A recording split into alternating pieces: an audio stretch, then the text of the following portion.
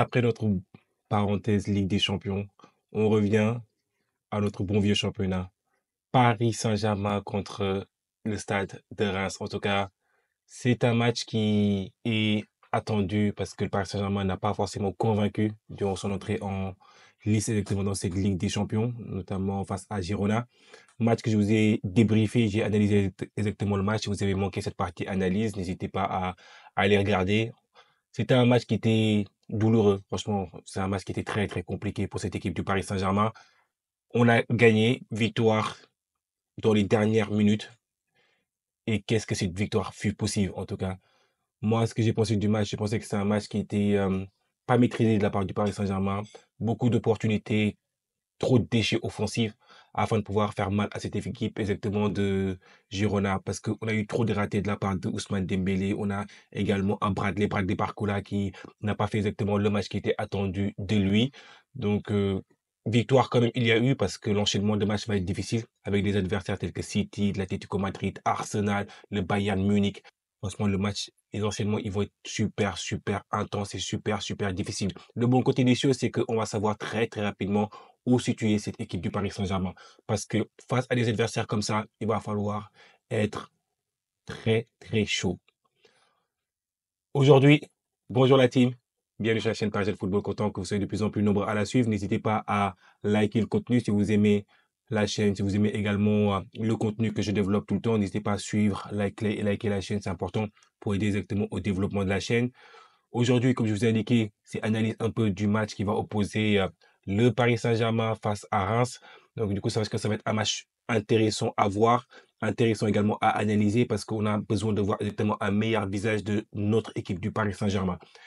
Donc, sans plus longtemps tarder, ce qu'on va faire, c'est qu'on va regarder un peu quel est le groupe qui a été sélectionné par Luis Enrique. Donc, comme vous voyez ici, l'effectif, en fait, il y a Marquinhos qui est, comme d'habitude, présent. Fabian qui est également là. Dembélé qui est présent. Doué, Vitinha, Kangin, Lee qui est là. Kolo Muani, très, très bon match, Kolo. En tout cas, moi, je suis hypé par le nouveau Kolo que je vois. C'est un Kolo qui est déterminé, qui a envie. C'est très, très positif. Mayulu, le jeune qui est présent, qui n'a pas encore beaucoup de temps de jeu, mais qui rentre sur certains matchs pour apporter un peu et gagner en expérience. Nuno Mendes qui est présent. Nuno Mendes, big up à toi pour le but que tu as marqué face à cette équipe de Girona. On a eu beaucoup, beaucoup de réussite sur celui-là, mais il y a eu quand même le reste, on s'en moque. Barcola présent. Barcola, on attend beaucoup mieux de Barcola. Notamment, il faut être en mesure de se développer et de confirmer un peu sur la scène internationale et sur la scène européenne. Zahir Emery présent. Beraldo présent, Skriniar, Safonov qui a joué son premier match en Ligue des Champions avec nous. Safonov, sur les relances au pied, c'était un peu difficile, mais sur son match, il a fait son match, il était très présent. En tout cas, c'était bien. Zagué, El Anache, Mbaye, Pacho, Arnaud Tenas, ainsi que Joao Neves. Comme vous le voyez ici, on n'a pas certains joueurs tels que Hakimi. Hakimi, exactement, on lui a donné un peu de repos parce qu'il a enchaîné beaucoup, beaucoup de compétitions. Il a enchaîné exactement les Jeux Olympiques de Paris. Il a également enchaîné avec le Paris Saint-Germain, en sachant il n'a pas eu beaucoup de repos. Donc, du coup, je pense que c'est une bonne chose d'avoir une certaine rotation au sein de l'effectif. Donc, du coup, une fois qu'on a vu un peu cet effectif-là, ce qu'on va regarder un peu aussi, c'est qu'on va regarder cette équipe du Stade de Reims, parce que cette équipe du Stade de Reims, elle est quand même intéressante à analyser, intéressante également à voir, notamment en termes de comment est-ce que cette équipe a évolué. On va regarder également les statistiques, parce que il s'est passé beaucoup, beaucoup de choses depuis le début de saison. Dans un premier temps, je vais vous présenter un peu l'équipe du Stade de Reims, si vous connaissez pas exactement cette équipe-là. Comme ça, moi, si vous allez voir un peu comment est-ce que ça a évolué, quels sont exactement les changements qu'il y a eu au sein de cet effectif. Parce que je pense que afin de pouvoir analyser exactement une équipe, il faut quand même analyser également leur dynamique ainsi que qui marque, qui fait des passes décisives. Est-ce qu'il y a une diversité de joueurs qui sont capables de marquer, une diversité de joueurs qui sont également capables d'assister, de faire des passes décisives. Sans plus tarder, on va regarder la partie analyse du Stade de Reims. Ensuite, on va analyser un peu le match en soi, ainsi que donner nos pronostics. C'est parti.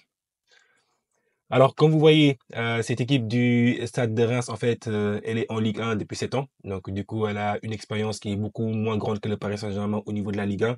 Elle a un effectif de 25 joueurs au total avec 24 ans de moyenne d'âge. Vous voyez, on a une moyenne d'âge très similaire entre le Stade de Reims et le Paris Saint-Germain. Donc, du coup, le Paris Saint-Germain, c'est 24 ans de moyenne d'âge et le Stade de Reims, c'est 24 ans. Donc, du coup, c'est un effectif qui est très jeune. Donc, du coup, il y a tendance à prendre des jeunes joueurs et de les amener à maturité, de les pousser pour qu'ils puissent se développer Après, ces joueurs-là peuvent partir pour une coquette somme. Donc, du coup, c'est plutôt une stratégie assez tournée vers l'achat de jeunes joueurs talentueux ou éventuellement essayer de les développer au niveau du centre de formation, puis les amener sur le devant de la scène et après, comme ça, vous leur donner de la visibilité pour qu'ils puissent être vendus vers des clubs qui sont un peu plus huppés. Après, en termes de joueurs étrangers, c'est 17 joueurs étrangers, c'est qui représentent environ 68% de l'effectif. Joueurs internationaux, il y en a 8 au total, dont certains japonais qui sont, on a vu un peu la furie qu'a créé la tournée du stade de Reims au Japon, parce qu'également il y a pas mal de joueurs japonais qui évoluent au sein de cet effectif-là. Concernant le stade, c'est le stade Auguste Delaune, donc il y a 20 000 places au total. Après, sur le marché des transferts, le stade de Reims a très peu acheté. Ils ont plutôt effectué une stratégie où est-ce qu'ils se sont fait prêter des joueurs plutôt que d'acheter parce que il n'y a pas beaucoup d'argent et il faut être très, très intelligent dans la manière exactement de manager l'argent. Notamment, on sait que les droits TV, ça a été très, très difficile cette année. Donc, du coup, ils ont une balance des transferts qui est positive, ce qui explique qu'ils ont beaucoup plus désinvesti, qu'ils ont investi sur le marché des transferts. Quand je dis désinvesti, c'est-à-dire ils ont vendu des joueurs, notamment exactement un des joueurs que j'ai kiffé, que je vais vous montrer très, très bientôt parce qu'il a joué exactement les Jeux Olympiques avec le Maroc parce qu'il a brillé de mille feux. Et ils ont plus vendu qu'ils ont acheté. Et enfin, les seuls achats qu'ils ont fait, c'est même pas des achats, c'est des prêts. Donc, du coup, notamment un ancien joueur du Paris Saint-Germain. Donc, du coup, quand on regarde un peu la dynamique du Stade de Reims, ils sont actuellement septième du classement avec 7 points. Ils ont joué 4 matchs et 7 points. Donc, du coup, on va analyser quels sont les matchs qu'ils ont gagnés, qu'ils ont perdus dans une deuxième partie. Donc, du coup, Lucas Esner, c'est lui actuellement l'entraîneur de cette équipe-là. Il a un contrat qui le lie avec le Stade de Reims jusqu'en 2026. Il a été nommé en juillet 2024, donc du coup, il a été nommé durant cet été-là. Donc, du coup, ça va être sa première saison avec le club. On va voir un peu comment ça va se passer.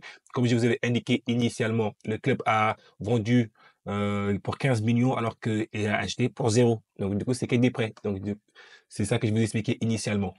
En termes d'effectifs, donc du coup, les arrivées, c'est notamment, on a Gabriel Moscardo, l'ancien, enfin, le joueur du Paris Saint-Germain qui est arrivé en prêt afin de gagner en matière d'expérience, de temps de jeu et se développer davantage.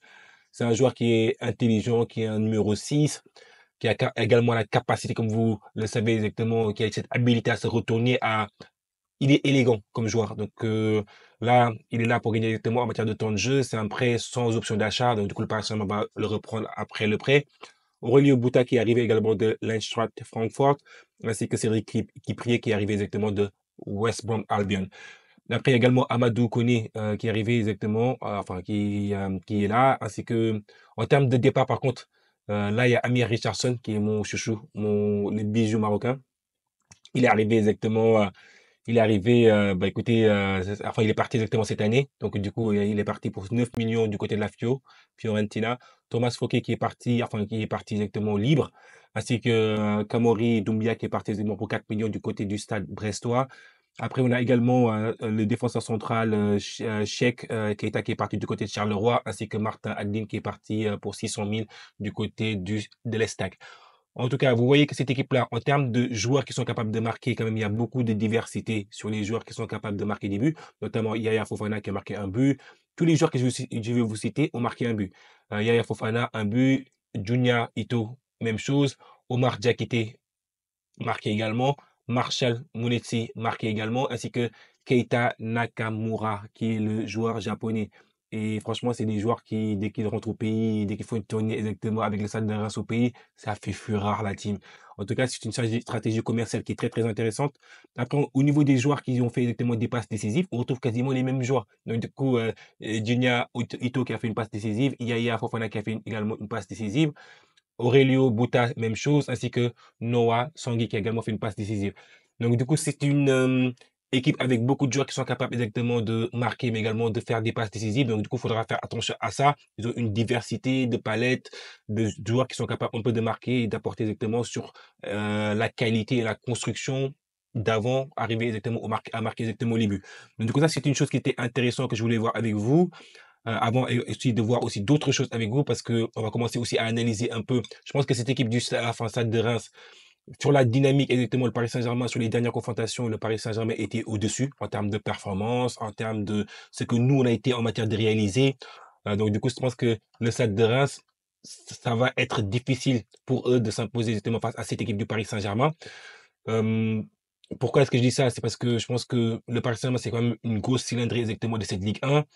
En plus de ça, je pense qu'il y a également, malgré la rotation de l'effectif, on a un désir de vouloir montrer un meilleur, match que ce qu'on a fait récemment, notamment exactement du côté des Girona, où est-ce que l'effectif du Paris Saint-Germain a été très, très décevant. Donc du coup là, j'aimerais également vous faire voir un peu, les statistiques exactement, ainsi que l'analyse de la confrontation directe entre ces 2 équipes.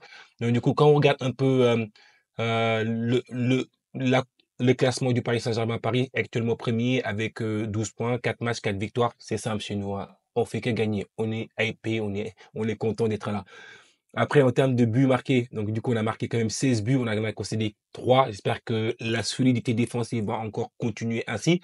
Et concernant exactement le Stade de Reims, ils sont actuellement septième, comme je vous ai indiqué initialement. Ils ont 50% de victoire, alors que le Paris Saint-Germain a 100% de victoire. Donc, du coup, c'est un match sur deux qu'ils ont gagné. Après, en termes de buts marqués, c'est 6 buts marqués, 6 buts concédés. Donc, du coup, avec une différence de but qui est neutre de 0. Après, en termes de points, c'est 7 points. Donc, du coup, c'est 2 matchs, 2 victoires, un match nul de leur côté. On va voir un peu comment ça s'est passé. C'est quoi exactement leur dynamique. Sur les dernières confrontations, sur les 20 derniers matchs, il faut savoir qu'il y a 60% de victoires exactement pour le Paris Saint-Germain contre 15% de victoires pour le Stade de Reims et 25% de matchs nuls. Donc, du coup, parfois, exactement, il y a beaucoup de matchs nuls entre le Stade de Reims et le Paris Saint-Germain. Après, quand on regarde un peu les dernières confrontations, donc du coup, la dernière confrontation qui a eu lieu exactement en mars, le 10 mars, donc du coup, le Paris Saint-Germain avait concédé le nul avec le Stade de Reims de 2 à domicile. Après, faut dire qu'à ce moment-là, le titre était pas quasiment joué, donc il n'y a pas d'objectif pour le Paris Saint-Germain. Le 11 novembre, où est-ce que là, il y avait de l'objectif, le Paris Saint-Germain avait battu le Stade de Reims chez elle sur le score de 3 buts à 0. Et quand on regarde un peu avant, il y a eu également 2 matchs nuls, un sur le score de 1 but partout, un sur le score de 0-0. Donc, du coup, vous voyez que également la dynamique, elle est plutôt pour le Paris Saint-Germain, mais cependant, sur les dernières confrontations, il y a eu pas mal de matchs nuls. Après, quand on regarde un peu les formes du moment, comme je vous ai indiqué, le Paris Saint-Germain, c'est que des victoires, alors que le Stade de Reims, c'est à une forme un peu irrégulière, même s'il reste exactement sur 2 victoires d'affilée. Et les matchs actuels qu'ils ont joués, c'est une victoire contre Nantes sur le score de 2 buts à 1 à l'extérieur, ainsi qu'une victoire à domicile sur le score de 2 buts à 1 face à Rennes. Donc, du coup, c'est qui est quand même pas une mince affaire, parce que battre Rennes, c'est une très, très bonne équipe. Ils ont également été en mesure d'aller faire directement un match nul sur le score de 2 buts partout face à Reims, un match que je vous ai débriefé, Olympique de Marseille contre Reims. Match franchement chanceux de cette équipe de Reims qui revient directement au score sur le score enfin qui mettait mené 1-0. Ils reviennent notamment 1-1. Après, ils mènent 2-1 et Marseille revient 2-2. En tout cas, c'est une équipe quand même qui a beaucoup de combativité, beaucoup d'envie, ils se projettent très bien vers l'avant. Donc, du coup, il faut faire très, très attention à ça pour le Paris Saint-Germain. Et par contre, le Paris Saint-Germain, on passe, on a connu quand même une une bonne forme. Il faut continuer absolument cette bonne forme. Quand on voit un peu nos prestations à l'extérieur, parce que c'est nous, on joue exactement à l'extérieur. Donc, du coup, c'est 71% de victoire, alors que eux à domicile, exactement, c'est 50% de victoire. Donc, du coup, nous, on se déplace très, très bien. Quand eux, exactement, un match sur deux, c'est match nul de leur côté. Enfin, c'est soit une victoire, soit éventuellement une défaite. Donc, du coup, c'est une chance sur deux de leur côté. Donc, du coup, pour moi, quand je regarde un peu ce match-là et quand je regarde un peu les forces en présence, parce que aussi, on a aussi les compositions probables pour le Paris Saint-Germain. Et quand vous regardez un peu les compositions probables, on parle de Safonov qui va remplacer actuellement Donnarumma qui est blessé. Et moi, j'ai encore envie de revoir Safonov parce que ce que j'ai vu sur le deuxième match m'a beaucoup plus intéressé que ce que j'ai vu durant la phase de préparation pour lui. Après, en défense, on parle exactement de Beraldo à gauche, Beraldo qui sera accompagné à droite de Zaguet et dans l'axe Pacho Marquinhos. Pacho Marquinhos, c'est une défense centrale qui est une défense de fer que j'aime beaucoup. Elle me hype beaucoup. Elle est solide. Après, exactement, on a un milieu de terrain qui est 3 joueurs, Joao Neves, Ruiz ainsi que Lee. Pour cette équipe, exactement, pour l'équipe. Et devant, on verrait bien exactement Désiré Doué qui serait titulaire, accompagné de Dembélé et Kolo Muani qui a fait un très très bon match. Et en plus de ça, on a également l'autre joueur qui est blessé. Donc du coup, là, je pense que ce serait intéressant exactement de voir qu'est-ce que cette composition d'équipe va donner. Donc du coup, après, concernant cette composition de l'équipe de Reims, on parle de Diouf au but, Hakimi à gauche, à droite Mouta, dans l'axe qui est prêt, ainsi que Badou. En 3 milieux de terrain qui est Thomas Atangana ainsi que Mounetsi. Et devant, l'équipe verrait bien exactement Nakamura accompagné de Ito ainsi que Diakité. Après, quand on regarde un peu la composition maintenant du Parisien, le Parisien, ils disent que ils voient une équipe telle que Safonov, donc du coup, il y a unanimité. Beraldo à gauche, Zaguet à droite, dans l'axe Pacho Marquinhos. Unanimité concernant exactement la défense. Là, il y a une discordance, c'est au niveau du milieu de terrain qui sera titularisé. Donc, du coup, il verrait bien Neves, Vitinha, Zaïre Emery. Et devant, il verrait bien Doué, Lee ainsi que Kolo Muani. Donc, du coup, vous voyez qu'il y a une divergence de position sur les joueurs qui seraient titulaires. En tout cas, malgré tout ça, moi, je vois directement une victoire du Paris Saint-Germain parce que je pense que cette équipe du Paris Saint-Germain a beaucoup à montrer, beaucoup à prouver. Il y a de la jeunesse, mais également, il y a beaucoup de talent à voir. Moi, je suis hypé exactement par cette nouvelle stratégie, comme je vous ai dit, si vous êtes du suivi régulier de ma chaîne. Je pense que cette stratégie, cette nouvelle stratégie, c'est la bonne stratégie et que le Paris Saint-Germain doit être en mesure d'aller battre exactement cette équipe de Reims afin de conforter, de gagner en matière de confiance, mais également de montrer également à toute la Ligue 1 parce que Marseille exactement nous colle un peu aux trousses. Donc, il va falloir exactement aller s'imposer parce que l'Olympique de Marseille affronte dans un duel l'Olympique lyonnais. Donc, du coup, c'est un match où ce que peut-être que l'Olympique de Marseille peut y laisser des plumes. Donc, du coup, va falloir exactement aller chercher une victoire qui est très importante en Ligue 1. En tout cas, merci beaucoup d'être toujours de plus en plus nombreux à suivre la chaîne. Merci beaucoup pour tout votre amour, votre soutien. À très bientôt. On se donne rendez-vous. Je fais exactement un débrief après le match, la team. Comme d'habitude, on est ici. Je vous aime. Allez, ciao la team.